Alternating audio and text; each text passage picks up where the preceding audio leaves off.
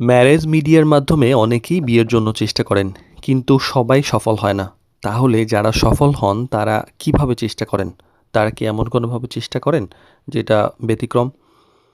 তো বিয়ের জন্য যে শুধু ভালো প্রস্তাবের অপেক্ষায় থাকলে হয় এমন না, বরং নিজের প্রয়োজন বোঝা, বাস্তবসম্মতভাবে এগোনো, সঠিক তথ্য দেওয়া, ভালো প্রস্তাব পেলে সময় মতো সিদ্ধান্ত নেওয়ার মধ্যে বড় বড় সফলতা নির্ভর করে।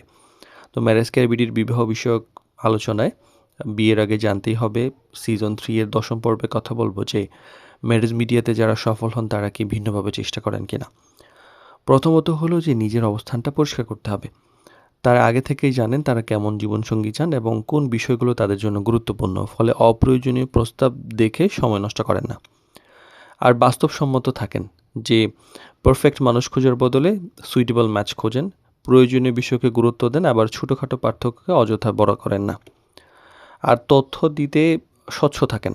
নিজের পরিচয়, পরিবার, পেশা, প্রয়োজনীয় তথ্য পরিষ্কারভাবে জানান। এতে শুরু থেকে আস্থা তৈরি হয় এবং পরে অপ্রত্যাশিত ঝামেলা কমে যায়। আর প্রস্তাব যে আছে সেটাকে সময় দেন।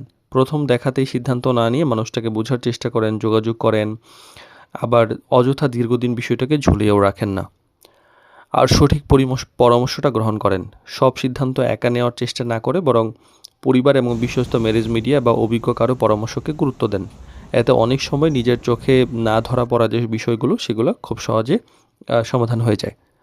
আর ম্যারেজ মিডিয়াতে সফল হওয়া মানে যে সবচেয়ে বেশি প্রস্তাব পাওয়া, ব্যাপারটা এরকম নয়, বরং নিজের জন্য উপযুক্ত প্রস্তাব চিনতে পারা, সঠিকভাবে যাচাই করতে পারা এবং সময় মতো সিদ্ধান্ত নিতে পারা।